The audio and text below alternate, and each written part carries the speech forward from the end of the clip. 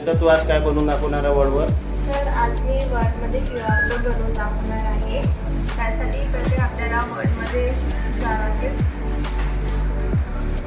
वर्डमध्ये गेल्यानंतर black document घ्यायचं, त्याच्या बाद इन्सर्टमध्ये जायचं आणि ॲड इन्समध्ये जायचं, त्याच्या बाद गेट ॲड इनमध्ये जायचं, त्याच्या बाद कम्युनिकेशनमध्ये जायचं आणि ते QR कोडवर क्लिक करायचं, त्याच्या बाद ॲड करायचं आणि कंटिन्यू करायचं.